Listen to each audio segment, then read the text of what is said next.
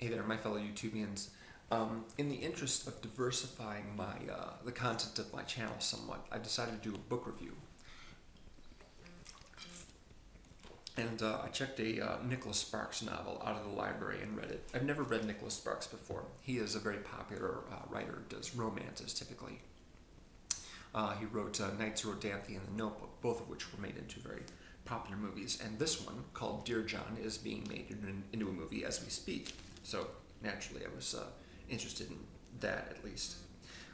His writing style's, at least in this book, and I can't compare it with the others, because I haven't read them. It's pretty straightforward and simple. It's a first-person novel told from the point of view of a soldier named John Tyree, who is stationed in Germany and gets a 2-week leave to come home to America and visit his father.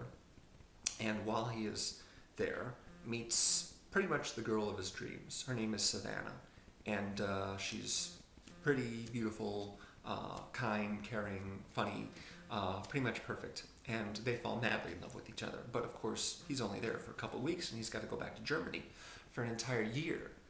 And so when they're apart, they say, we'll write to each other and we'll call each other, and we'll keep in touch. It's very important because we want to be together, and that's really a tough business right there. I will say this about him: he really makes that wait excruciating. There's an entire chapter devoted to the both of them kind of waiting out that year that he's overseas before he can come home and they can be together again. And I thought to myself, if they have to wait an entire year before they can be together, then I can certainly get through this chapter and not skip ahead to the point where they actually meet again. And that's pretty crazy, because this is all fiction.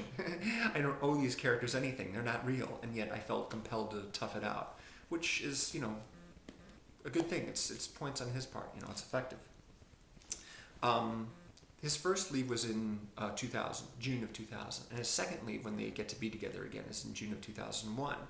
And though they have their arguments and in one case an outright fight, it's actually a good thing, because when they finally work through whatever issues that they're having with each other and talk about it and resolve it, the relationship is a lot stronger.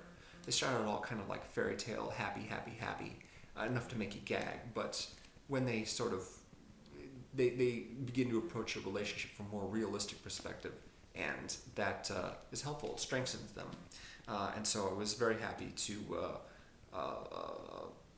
feel like that they were going to make it. Unfortunately, if you'll consider the dates, there's a sort of Damocles hanging over their relationship. He's supposed to be getting out of the service in December of 2001, and anyone who knows anything at all knows that in between June of 2001 and December of 2001, we have a cataclysmic terrorist attack on the U.S. on September 11, which prompts him to re-enlist and stay in the service for another 2 years. Now, he never addresses this in the book, the character, I mean, and by extension, of course, the author as well. And Savannah never really talks about it either to him, but he really should have spoken to her first before deciding to re-enlist. That was my take on it. I mean, they're supposed to be, living the rest of their lives together. They're in this relationship. They care about each other so much, and yet he doesn't even pick up the phone and say, I'm thinking about staying in the service for another 2 years. What do you think? She had a very tough time that first year that they were apart. She was not a happy camper. It took her a long time to sort of get moving and get on with her life, because she loved him so much and just couldn't stand to be without him. And now he's going to spend another 2 years in the service before they can start their lives together. That wasn't cool. And he's responsible for that. He decided to do this without consulting her at first. And this, unfortunately, is the thing that dooms their relationship in the end. Yeah, they get together again and they see each other, but it's not the same. And at one point, she writes him a letter. Very appropriate considering the title. If you don't know what a Dear John letter is, I have to say that it is miserably appropriate for this story. She tells him that she has moved on while he is over in, overseas. She's in love with someone else. Sorry. It's a shame, really. And this is something that you sort of know is going to happen, because in the first chapter of the book, John Tyree mentions the fact that their relationship didn't work out. He's looking back on all this, which is kind of strange because he doesn't look forward that much within the individual chapters himself. The individual chapters are told in the past tense, but they're very sort of focused on what is happening in the moment rather than looking ahead to the disaster that is to come. Of course, anyone who is familiar with those dates will know that something's going to happen, or that something might happen. But once he finally gets back in touch with her and sees her again, she's changed quite a bit, and so is he. They are, not capable of puppy love anymore. They're both a little bit bitter. And although she still is a wonderful girl, she has suffered somewhat. And even more so considering what she has been through in the period after they broke up. She got married again, but unfortunately her new husband, has some medical problems, and he might not make it. He might not live much longer. Which is kind of convenient, I thought.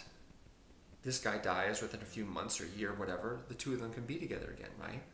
Well, it's not quite that simple. John Tyree realizes that he has a choice to make. He can make up for what he did earlier. He has a test, and the test is, can he really put his own feelings aside and value the feelings of this girl he loves so much, even though doing so might mean they might not be together ever again. So that is basically sort of the concluding note of the book, not the last thing that happens. There is resolution here, but it's downright painful, actually. If you think about what happens in The Notebook, at least in the film anyway, they're sort of together in the end, and Knights of Rodanthe, boy, man, I tell you, I haven't read those books, but I've seen the films, and Diane Lane just acts the hell out of that character, despite the fact that it is kind of, I don't know. Well, they're romances, really. But this is a good one. I like this one a lot, and I'm looking forward to seeing the movie. But yeah, it's a tough experience getting through this book right here. Not like, it's like Naked Lunch, where you have to read like 5 pages at a time, because it's just so, abstract and dense or whatever. I haven't read that, but a good friend of mine has. So yeah, I would recommend this if you're in the mood to torture yourself with romantic longing, because that's basically what happens to these people. So I'm looking forward to seeing the film, which is directed by Lasse Hallström, who has a hit and miss track record, but I'm hoping that this one will be a good one. And yeah, book's good too. So thanks, and take it easy.